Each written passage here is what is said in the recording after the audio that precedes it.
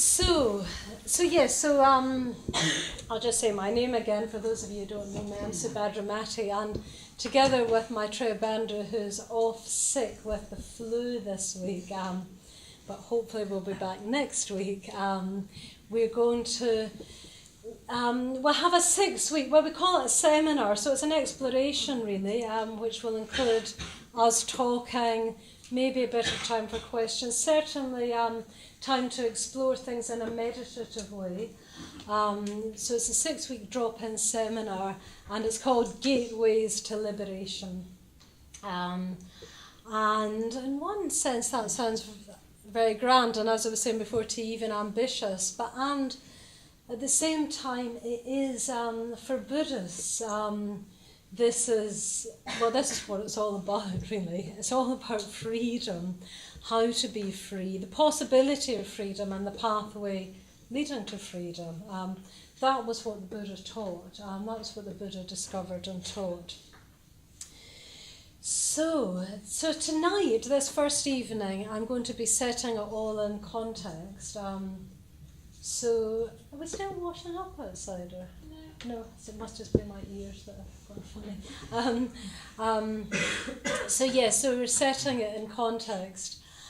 I'm doing some we'll be doing a little bit of meditation as well, and I definitely want to leave you with things you can practice during the week at home. That's the way you'll get most out of this course, is to keep practicing during the week at home, and then you can come back and explore how you've got on. Okay, so yes, the context is, well, put on the one hand simply, but on the other hand sort of mind-blowingly really, the vision of the Dharma, the vision of Buddhism, is that there is available to all of us as human beings, a completely new kind of consciousness. So that is what the Buddha discovered or uncovered, that there's a completely new kind of consciousness available to all human beings. Actually, it's not only that that's available, it's that somewhere, somehow, we know that or sense it, at least we sense it enough, that somewhere deep in our being, we know that we will never really be happy until we realise that. So it's a new kind of consciousness, and somewhere, somehow, we've got the faintest of inklings, or maybe more than a faint inkling, maybe some of us had a real glimpse of it. And because of that, we, however happy we are with sort of ordinary things, but we may be very happy with ordinary things, at least at times, there's something, we still can feel that there's something still not quite fulfilled. If we do feel that, that's something to be treasured actually, if we've had that feeling that there's something not fulfilled, because that's what will lead us forward. The easiest way to describe this new kind of consciousness is to contrast it with our ordinary unenlightened consciousness. So our ordinary unenlightened consciousness, well, classically speaking, is characterized, even driven by greed, hatred and delusion, craving, hatred and delusion. Sometimes we're like really, really aware of that driving. Sometimes they can feel very strong in our experience. We can feel the power of craving and hatred particularly very strongly. Delusion is more difficult to feel because it's the kind of delusion we're talking about is below the level of consciousness, so we can't feel that. Sort of, or tackle it head on, as it were. But we certainly can feel craving and hatred, often very strongly. But even if we don't feel them strongly, and even if there's times of our lives where they're quite attenuated, sometimes on retreat, like we've been talking about, you can actually sometimes on retreat you feel them stronger than ever in a way, because your sensibility's raised.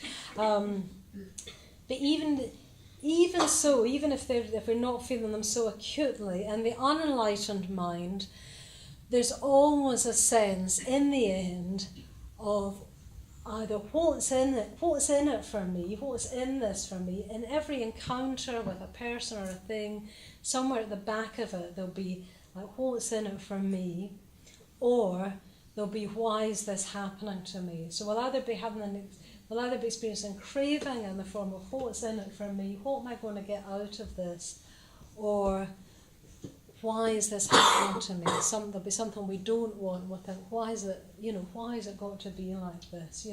So that could be very, very strong, like out and out hatred, or it might be, I don't know, wish it wasn't so hot tonight. There'll be, why is this? Why is it like this? Yeah.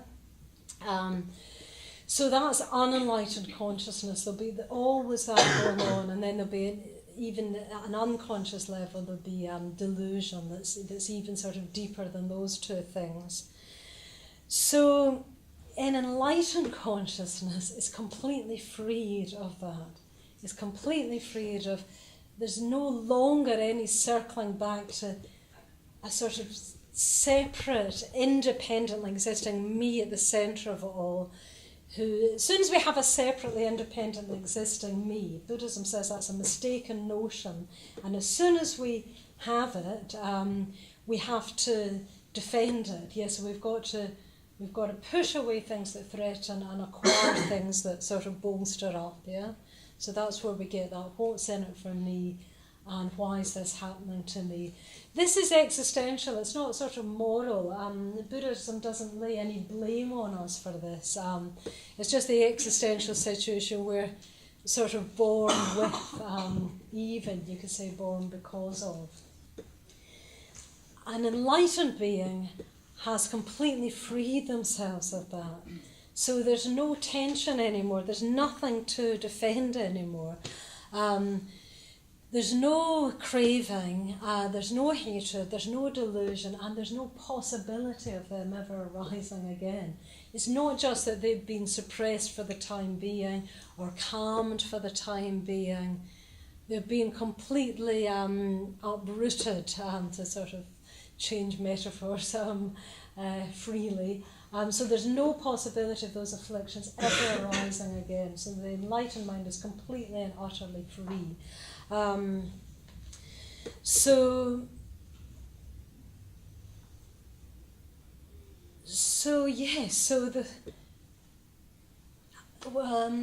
a minute I'm going to try and say, well, how can we even start thinking of how we're going to get from here unenlightened to there enlightened, if it really is a possibility. But perhaps I'll just say something more to just continue illustrating this. So I might just say something a little bit more about this sort of, as the Buddha saw that this notion of me as a sort of independently, something that's independently existing from everything else is mistaken. The Buddha says that's the cause of all our suffering. We've got to sort of rectify this mistake. But we don't do that by adding something onto ourselves. So enlightenment, wisdom isn't something we add on to ourselves. Yeah? So it's not that well, maybe that's the best way of putting it. It's not that we add something onto ourselves. It's one way of putting it is you could take that false sense of self, the false sense as being an independently existing self, that's what I mean by false sense, you take that away from all experience, yeah? So you're not adding something onto your sense of self. That would just kind of, in a way, make the problem even worse.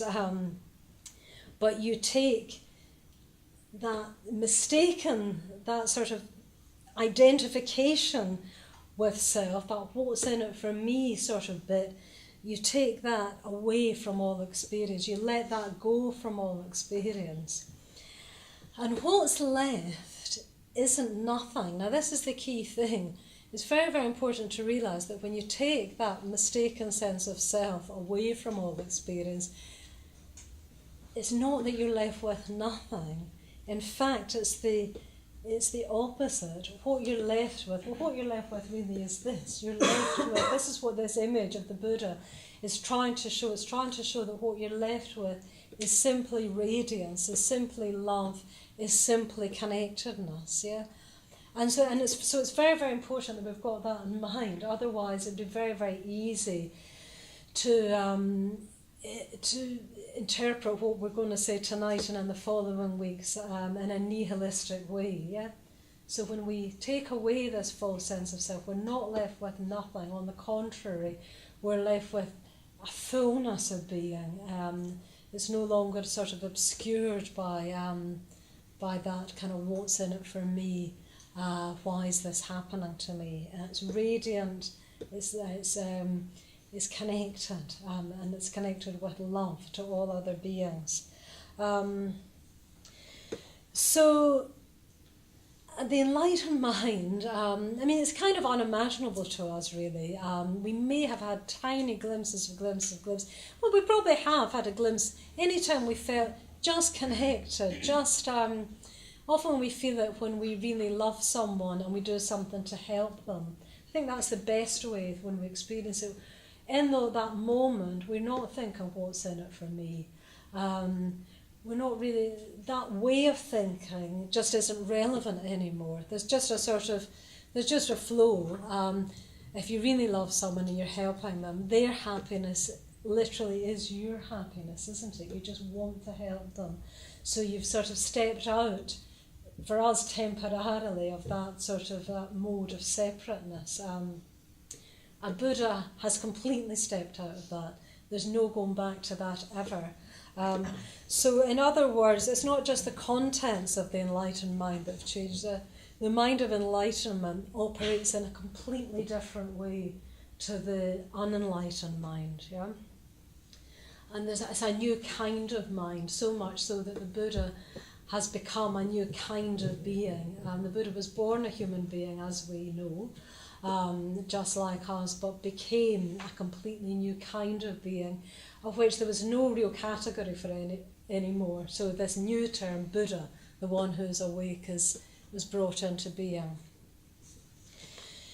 So all Dharma practice, everything we do, for Buddhists, everything we do is an attempt to sort of move from the state of unenlightenment to enlightenment.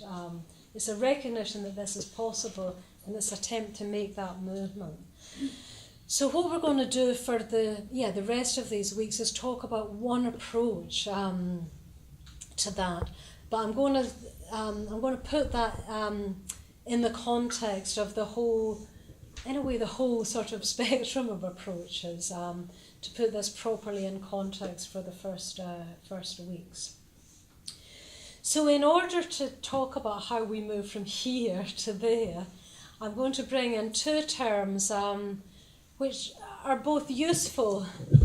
They're both useful. Every single term that we use is both useful and limited, because this whole thing can't possibly be put into concepts. I'm going to use the terms, I'm going to use for our unenlightened state, I'm going to use the term conditioned, meaning unenlightened, we're conditioned by greed, hatred and delusion. So we're driven by greed, hatred and delusion. That's what's motivating us, yeah? The Buddha is unconditioned. The Buddha is free of greed, hatred and delusion. So the state of Buddhahood, you could say, is unconditioned. You could even say the unconditioned with a capital U to show that it's different. Now, immediately there's a limitation, because it sounds like there's this place here and that place over there. And it's not literally like that. But let's just use these terms as sort of working terms just now. There's us unenlightened, conditioned. In the realm of the conditioned, there's the Buddha enlightened in the realm of the unconditioned, capital U. And how are we going to move from one to the other? So they're going to give you, there's three sort of approaches, and what I'm going to say is we need to use all these approaches, but in this course we're going to be concentrating on just one. So the first approach is to tread the path. You could say the metaphor of treading the path. And this is where the Buddhist practices of ethics and meditation come in. In Buddhist language, that's sila, ethics, and samadhi, that we were mentioning earlier in the meditation section. So there's sila and samadhi. Now already it's important to say that these aren't separate. Well, they are distinct, but they're connected. So you could say sila, ethics, is the whole way we are in the world, yeah, and how we interact. Basically, whether we interact with kindness or not with kindness. Really, if you to sum it up. That will affect our meditation. That's the basis for our meditation. Traditionally, you start with that, and then you build meditation on that. Of course, in the West, we often start with meditation first. So sila is the basis of meditation. In order to meditate well, we have to look at the rest of our lives. But also it will look back on it. So as we meditate, and I'm sure you've realised this, if our meditation is at all effective, it will be having an effect in our lives. Yeah, if our meditation is not having an effect in our lives, then come and talk to me afterwards. Yeah. Really, our meditation, if we're not noticing that we're a little bit more mindful in our relations with other people, a little bit kinder, a little bit more generous, then, yeah, as I say, come and talk to me afterwards. Our meditation needs to be having an effect. Of course, there's a sort of counter effect in a way that we'll become more aware. Our meditation will make us more aware. We'll feel it more acutely when we fail to be kind. We'll feel it more acutely when we fail to be generous, because we're becoming more aware. So both will be happening at the same time. But ethics and meditation, they very much connect with each other. And so these are paths. If we're practicing these with the view that enlightenment is possible for human beings, these are part of the path. It's possible to practice them with a different view. If we're practicing them because we want to be a nicer person, well, that's what we'll get. We'll be a nicer person. That's very good, but we won't get enlightened. If we practice them because we want to go to heaven, we'll probably go to heaven, but we won't get enlightened. If we're practicing them to become enlightened, they will be part of the path towards enlightenment. Meditation and skillful action, i.e. action based on kindness, weaken self-clinging. So they weaken that sense of me in the centre of everything, trying to control everything. We know that from our experience, don't we? When we're generous, that kind of me in the centre of everything, at least for the time being, is slightly attenuated, or maybe even attenuated quite a bit, yeah? So in this model of the path, we're making the realm of the conditioned more and more susceptible to the unconditioned, yeah? We're weakening self-clinging by our practice of sila and samadhi. And what's really good about this path model is all we need to do is take the next step. If we can't think of what to do, if we think, I can't get my head around all this wisdom stuff, which, if we're going to start me talking about, I can't understand it, I don't know what to do, all you need to do is do the next kind thing. Yeah, all you need to do is do the next kind thing. So that's a very great advantage of this model of the path. You just need to take the next step, yeah? So the conditioned and the unconditioned are linked through the very next generous thing you do. Yeah, you're linked to the Buddha through the very next generous thing you do in this model. So there's the path. At the same time, in this path model, at the same time as you moving towards the unconditioned, as it were, you realise, now this is a bit more, I was going to say more difficult. In one way it is. Well, let's see, I'll say it and see if you think it's more difficult. We realise that it's not just us moving towards the Buddha, moving towards the unconditioned.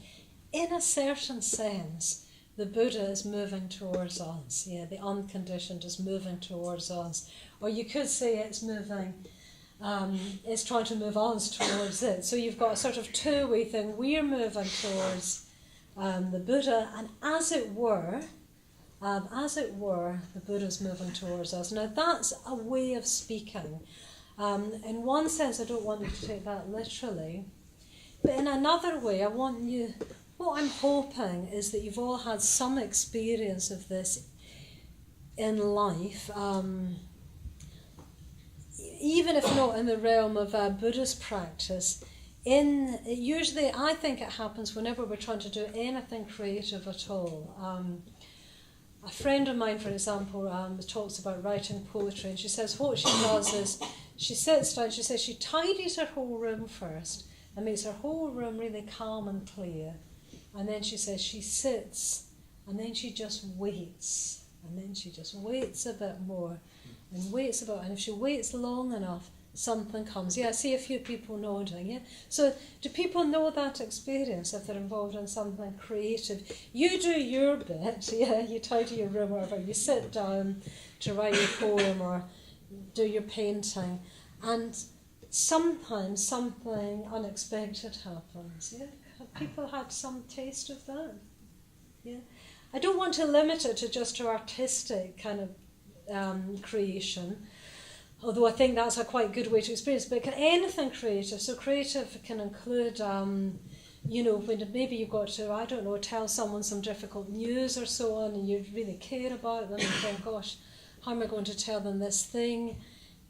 Sometimes the right words kind of come into your mouth, don't you, at the right time. I've talked about this here before, but I think it's very important that sometimes that happens. It feels like something's happened that wasn't quite you. It feels like a sort of gift or even grace, if I can use that word. Yeah. I was watching a programme at the weekend about the artist Frank Auerbach, and he was just going through all he's a very old painter in his 80s now, and he was going through all his different decades of his painting. It was a documentary, and he picked up one painting and he just said something.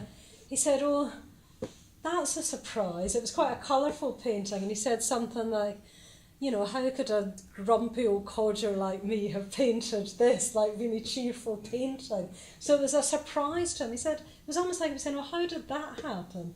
He said, it almost happened in spite of him, this painting.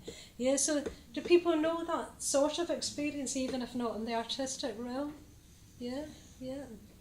Okay, so and while I'm sort of going on about this a bit, because I know it can sound a bit odd saying the Buddha's moving towards us, and what I'm trying to say is that's not literal, but our experience can be a bit like that. You can feel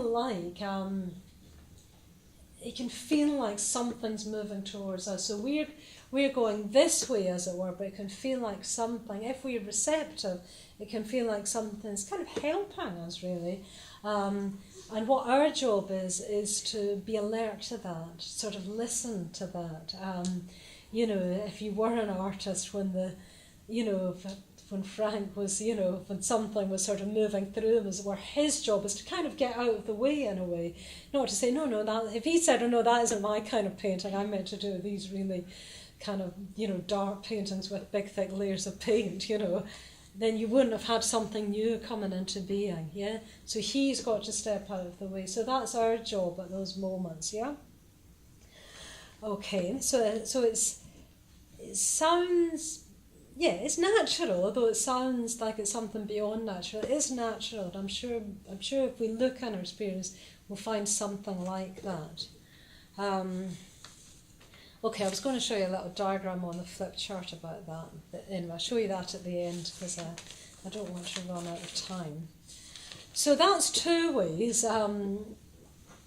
We're on this path, we're moving from the conditioned to the unconditioned as it were is moving towards us. Now there's a third way, and this is the way we're going to be spending most of the rest of the weeks talking about. It's a different kind of model.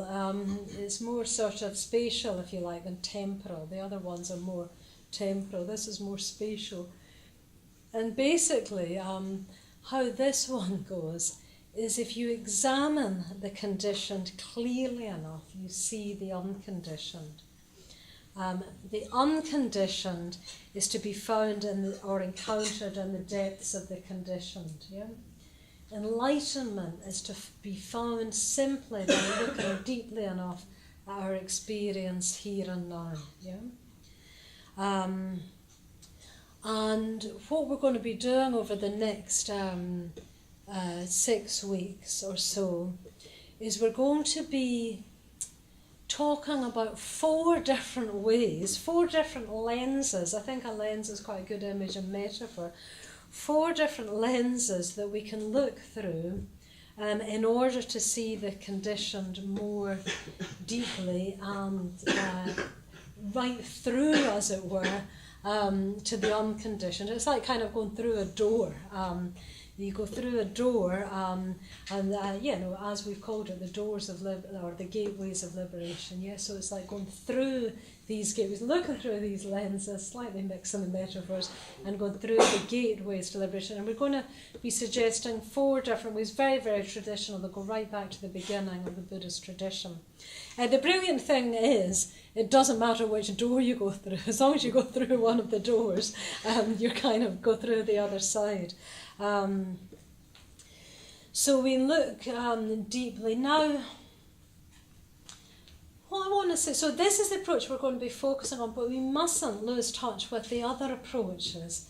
They're all of we need all the aspects. I'll say a bit more about that in a minute, but what I want to say first of all is that this whole way of looking is counterintuitive, yeah? It actually is your common sense is going to be challenged, so I'm going to sort of warn you about that just now. It's counterintuitive. I'm going to be asking you to do something that in a certain sense won't feel natural. Because what feels natural it feels natural that we've got this me, and it feels natural to us that we'll get happiness and fulfillment by protecting this me and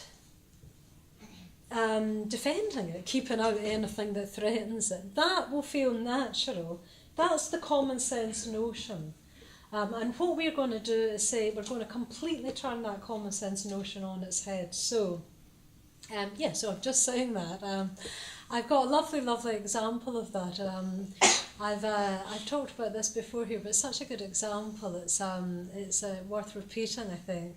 It's because I think it illustrates very beautifully the how we're sort of going against common sense in what we're doing. So a friend of mine who lives in the same Buddhist community as me, she was off on it was a kind of retreat, but they were spending loads of time outside. It was in the mountains of Spain. It was a kind of retreat come vision quest type thing, where they all had to go off and find their own spot out in the wilds of the mountains and stay the whole night there.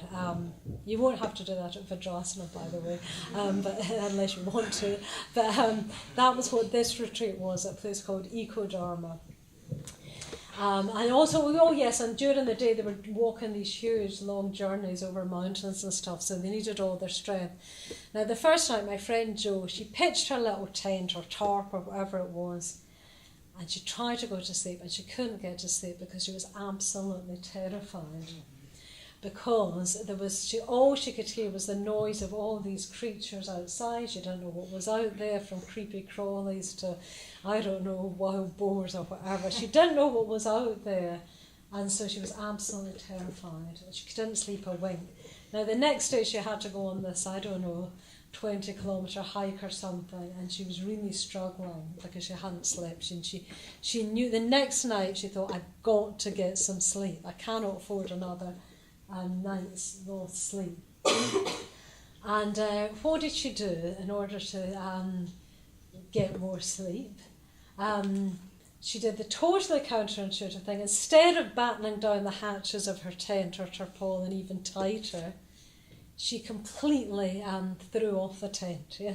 She took the tent away completely, and she said, I couldn't be scared of what was outside anymore. because I wasn't an outsider anymore. And she went to sleep. So that's completely counterintuitive. Our intuition is that the way for freedom of fear is to, cocoon ourselves in more, protect ourselves more, defend ourselves more. The counterintuitive thing is to throw off the defence completely, and that is the way to freedom. So what she did was she removed the very notion of inside and outside. She did it in a literal way. Now that's what we're trying to do with this. We're seeing that what we've got in the first place is a mistake. We think there's an independently existing me in here, and there's an independently existing world out there, and that both are independent of the moment of experience. In fact, if we look more closely, all we've got is experience, yeah? But we construct these notions to make sense of the world. They are common sense notions. So the deep looking in the Dharma we're going to do is we're going to see, we're going to try and see through that, and as it were, throw off the tent, yeah? Because as soon as we make that me in here and world out there, we're immediately in a tension, because we're immediately in a sort of stress, because we've got to. It automatically creates this tension. It automatically creates this kind of notion of protection. As soon as we've got a me, we have a mine, yeah. We're trying to completely undo all that. So it's quite a strong thing we're going to try and do. But then what we'll be looking for is the freedom. Yeah, just like my friend Jo found the freedom. She had a perfectly lovely night's sleep when she threw off the tent. So that's what we've got to remember. So, and this is where it's important that although we'll be focusing on this strand of this deep seeing here, we need all the other aspects as well. So in order to see through this illusion of the separate me, we need to have faith in something higher. We need to have faith that enlightenment is possible, as represented by the Buddha, not just as a notion, or it will just be, we won't be able to do it because we're just like, oh no, like it'll be too, it's not even that we'll get too scared, we just won't be able to, take the tent off, as it were. We need to have a notion that there's something we're moving towards by doing that. So we need to have faith in something higher in order to let go more deeply. So, so we need all the aspects. We need to be seeing, we need to be constantly referring back to our actions. Are we becoming more kind, more generous, more free? That's quite a good litmus test as to, is this practice of deep seeing actually working in the way it's supposed to, or are we just kind of getting a bit caught up in our, in a sort of heady sort of notion? That's always the danger with this kind of way of practicing. So we want to see if wisdom really is wisdom, and this is what we're talking about here, we're talking about this deep seeing, then it will show in our behaviour. Also our behaviour, by attenuating this sense of a separate self, will be affecting any kind of direct wisdom practices we do. So all the three approaches that I mentioned, we need to practice them all. It's just on this course we're focusing on this deep seeing, this sort of wisdom, prajna. The Buddhist word is prajna type approach. Just check the time. Okay, I'm just going to say a little bit more, and what we're going to do is, I'm going to now, that's all by way of putting it all in context, and next week we'll go over this context again, because I'm aware I've said quite a lot. We'll keep revisiting the whole context in different ways, but what I want to do is actually start us on the practice, one because I want us to do a little bit tonight, and also because I want to give you something to take away with you, yeah? I want to give you something to take away, to try practicing at home. So we're going to, I mentioned there was 4 of these lenses. I'm not going to say what they all are. Some of you will know them. But what I'll say is the first lens we're going to look through is the lens of impermanence. The Buddhist word is anitya, impermanence. Now we talk about impermanence quite a lot in Buddhism. We talk about it as a motivator. We talk about, remembering the fact of that we'll all grow old and grow sick and eventually die as a motivator. That's one way we talk about it. A very good way to talk about it. Here we're talking about it a bit differently. We're talking about it as a way of looking. So we're going to start in a very simple way, practicing actually looking at impermanence. You could simply say change. We're going to start looking at impermanence in the form of change. We're actively going to look. Usually what happens is it strikes us and we get a shock, usually when it strikes us in the form of loss, especially loss of someone or something that we love very deeply. Usually that's what happens, and we're suddenly aware of impermanence. And we get shocked because we're not in harmony with that truth. We're not in harmony with the truth of life. If we can train ourselves to look through the lens of impermanence, we can train ourselves to be more and more in harmony with that truth. And I really like this notion of, not waiting for it. It reminded me of years ago when I used to, you've always got the job that you hate the worst. And her job that she hated the worst was sweeping the floor at the end of the day. But she always had to do, one of us always had to do it every day.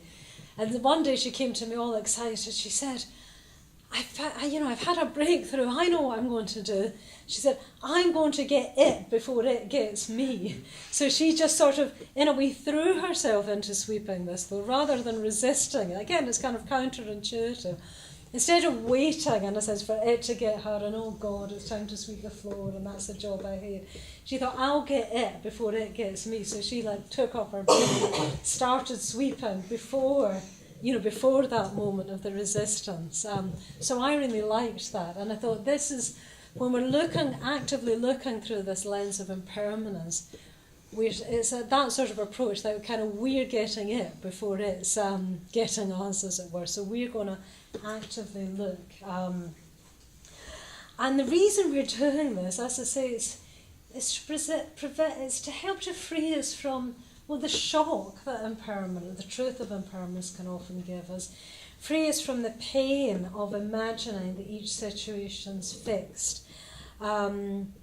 So looking this way, it literally lessens clinging. So it undoes the fear of being trapped in painful situations. Often if we're in pain, physical or especially emotional, we can feel trapped in that. Learning to look in this way can help free us from that pain. And it can also free us from hanging on. When we're in more pleasant situations, we can hang on. We do that virtually unconsciously, very, very hard to see. Again, usually actually we only see it when that thing's taken away from us. Then we realise we were clinging on. We don't usually realise it at the time. So it's that we're trying to get on top of it, as it were. We're training our mind to just see change. Yeah? So we're looking through this lens. So what we're going to do now is we're going to just meditate for 10 minutes. We're going to set ourselves up in a minute. We're going to meditate for 10 minutes. We're going to just bring our attention to our breath, and all we're going to do is notice that this thing we call the breath only is change, actually. That if we look for it, we'll never find a beginning or an end to the breath. But looking is important. Try and look. Try and find the beginning. Try and find the end. You won't find it. All you find is flux. But the looking is important, yeah? So, and then already you're starting to look through this lens. So you're starting to see that all that is change, yeah? And we can do looking breath. Of course, you could do it with every aspect of your experience, but we're used to meditating on the breath. So we just start to notice that the breath itself is just this process of change.